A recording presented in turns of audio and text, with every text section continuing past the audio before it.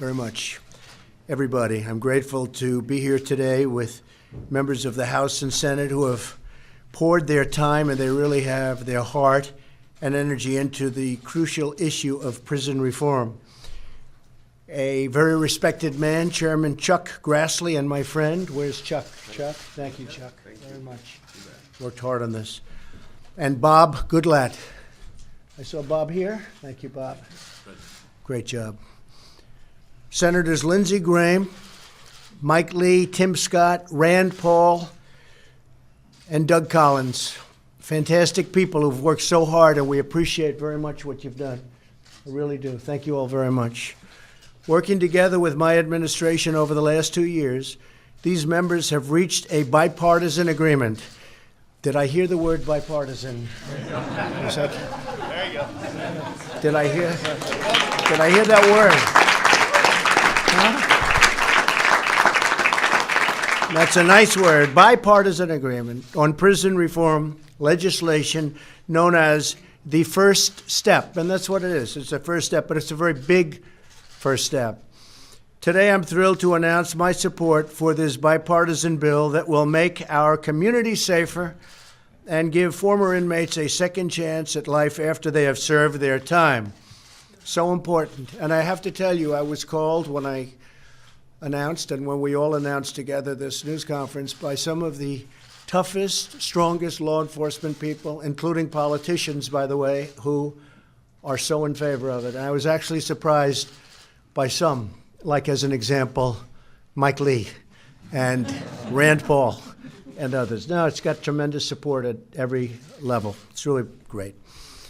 And we're all better off when former inmates can receive and re-enter society as law-abiding, productive citizens. And thanks to our booming economy, they now have a chance at more opportunities than they've ever had before. It is true. Our economy is so strong that when people are getting out of jail, they're actually able to find jobs. And I have 3 instances of companies that hired people coming out of prison, and they are so thrilled by the performance of these people.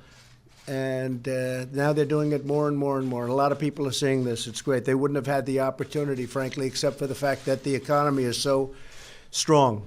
And our job market is the lowest and best it's been in over 50 years and seems to be getting even better.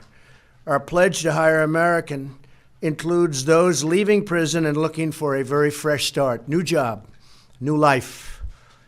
The legislation I'm supporting today contains many significant reforms, including the following. First, it will provide new incentives for low-risk inmates to learn the skills they need to find employment, avoid old habits, and follow the law when they're released from prison. These incentives will encourage them to participate in vocational training, educational coursework, and faith-based programs. And I want to thank Paula White very much, because I know you very much wanted that. Thank you, Paula. That reduce their chances of recidivism and, in other words, reduce their chances of going back to prison substantially. Second, this legislation will allow federal inmates to be placed closer to their home communities in order to help facilitate family visitation. So important, because we know that maintaining family and community ties is key to a successful re-entry into our society. Third, the bill includes reasonable sentencing reforms while keeping dangerous and violent criminals off our streets.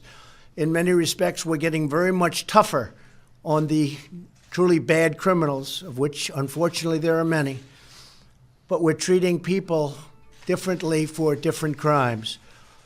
Some people got caught up in situations that were very bad. I give an example of Mrs. Alice Johnson, who served 21 years, and she had, I think, another 25 or so to go. So she would have been in there for close to 50 years for something that other people go in and they get slapped on the wrist, which is also wrong, by the way, which is also wrong. But I'll never forget the scene of her coming out of prison after 21 years and greeting her family, and everybody was crying. Her sons, her grandsons, everybody was crying and hugging and holding each other. It was a beautiful thing to see. It was a very tough situation. Among other changes, it rolls back some of the provisions of the Clinton crime law that disproportionately harmed the African American community. And you all saw that, and you all know that. Everybody in this room knows that. It was very disproportionate and very unfair. Throughout this process, my administration has worked closely with law enforcement. Their backing has ensured that this legislation remains tough on crime. It's got to remain very tough on crime, and supports the tremendous work of our police and the tremendous job that law enforcement does throughout our country, our communities. They do an incredible job. We have great respect for law enforcement. We're honored that 7 of the major police organizations, including the Fraternal Order of Police and the International Association of Police Chiefs, have fully endorsed this bill. We could not have gotten here without the support and feedback of law enforcement, and its leaders are here today, 2 of them, especially Chuck Canterbury of FOP and Chief Paul Sell of IACP. Thank you very much. Thank you very much. I appreciate that very much.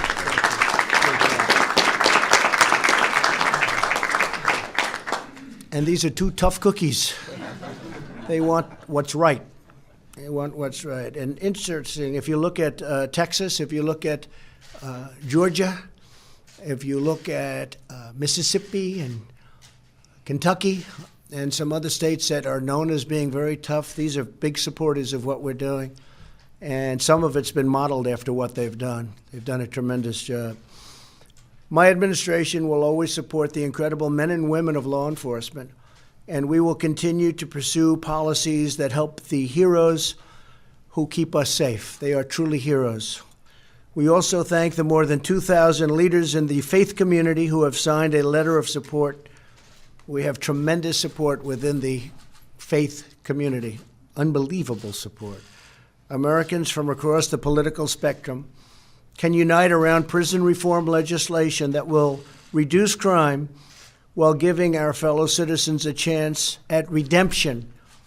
So if something happens and they make a mistake, they get a second chance at life. Today's announcement shows that true bipartisanship is possible. And maybe it'll be thriving if we're going to get something done. When Republicans and Democrats talk, debate, and seek common ground, we can achieve breakthroughs that move our country forward and deliver for our citizens. And that's what we're doing today, and I have great respect for the people standing alongside of me. I urge lawmakers in both House and Senate to work hard and to act quickly and send a final bill to my desk, and I look very much forward to signing it. This is a big breakthrough for a lot of people. They've been talking about this for many, many years. I want to thank Jared Kushner for working so hard on the bill. Thank you, Jared.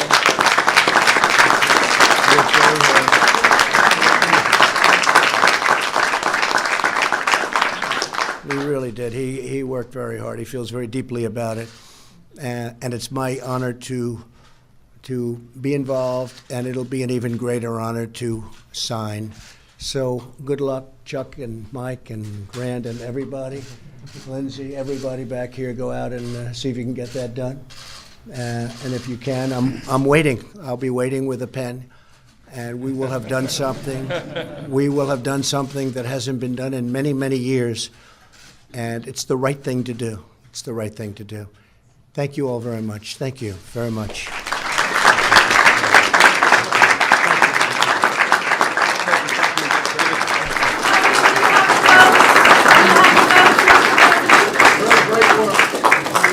Mr. President, do you have the votes? Mr. President, are you going to fire Mira Ricardel?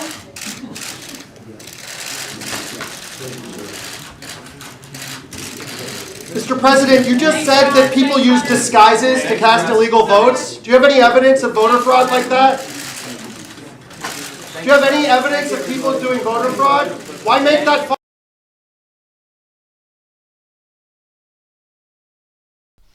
All right, folks, thank you very much for joining us and choosing us as your stream of choice. Thank you so much to the moderators for coming out, keeping the chat clean and enjoyable for everyone. You guys do an amazing job, and I'd like to thank you so much. Also, thank you to all of those that share the live stream on social media. You guys help out the channel immensely. If you are new to this channel, make sure you click the subscribe button. That way you get notified when we go live. If you want to get notified directly by us when there is a President Trump speech, rally, or anything like that, then you can, sorry, wrong one here. You can send a text message. Here we go. Got the right one. You can send a text to America First to 555-888, and you'll get directly messaged by us here at Golden State Times that we are going to do a rally, or we're going to a live event, or President Trump is having a speech soon. So all you have to do is grab your cell phone, text America First to 555-888, and then that way you get a notification directly by us. Also, if you'd like to help out Golden State Times continue operation here on YouTube, you can go to paypal.me/GST live. All contributions are greatly appreciated. That helps us continue operation here on YouTube. And also it helps us get to new live events and stuff like that. So there's also a link in the description below. You'll see that there's a bunch of links down there. So make sure you go and check it out in the description below this live stream. But you can also go to paypal.me/GST live. Thank you so much for your continued support. So again, if you guys are new to the channel, subscribe, click the notification bell, and I hope to see you guys here next time. My name is Jen. I'm from Golden State Times, and I'll see you soon. Peace.